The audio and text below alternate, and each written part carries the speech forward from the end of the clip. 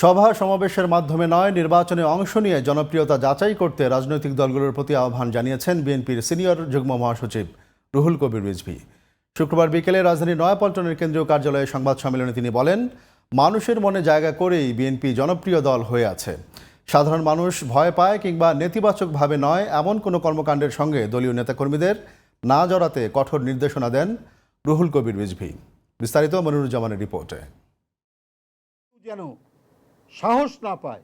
শুক্রবার বিকেলে হঠাৎ করেই রাজধানীর নয়াপল্টনে দলের কেন্দ্রীয় কার্যালয়ে সংবাদ সম্মেলন করেন বিএনপির সিনিয়র যুগ্ম মহাসচিব রুহুল কবির রিজভী।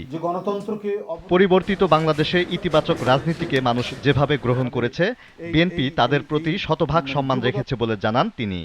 তৃণমূল থেকে জাতীয় পর্যায় পর্যন্ত আমাদের যে সাংগঠনিক স্ট্রাকচার, সেখানে বিপদগামী দুই একজন থাকতে পারে। সেটার বিপদগামীকে আমরা প্রশ্রয় দিচ্ছি শামীম ওসমানের মতো বা নিজাম হাজারির মতো কিনা, সেটা তো আপনাদের দেখতে হবে। সেই প্রশ্রয় তো বিএনপি দেয়নি। বিএনপির উপর আস্থা হারিয়ে অন্য দলের প্রতি সাধারণ মানুষের আগ্রহ বেড়েছে কিনা সাংবাদিকদের এমন প্রশ্নে দলটির সিনিয়র যুগ্ম মহাসচিব বলেন, নির্বাচনের মাধ্যমেই সঠিক সিদ্ধান্ত নেবেন জনগণ। দুই একজন দুষ্টের জন্য, দুই একজন অনৈতিক কর্মকাণ্ডের জন্য দল বদনাম হোক, এটা আমরা কখনোই চাই না। এ ব্যাপারে সবসময় কঠোর হস্ত, এবং এই দৃষ্টান্তের কারণেই জনগণের মধ্যে আমরা অত্যন্ত জনপ্রিয়।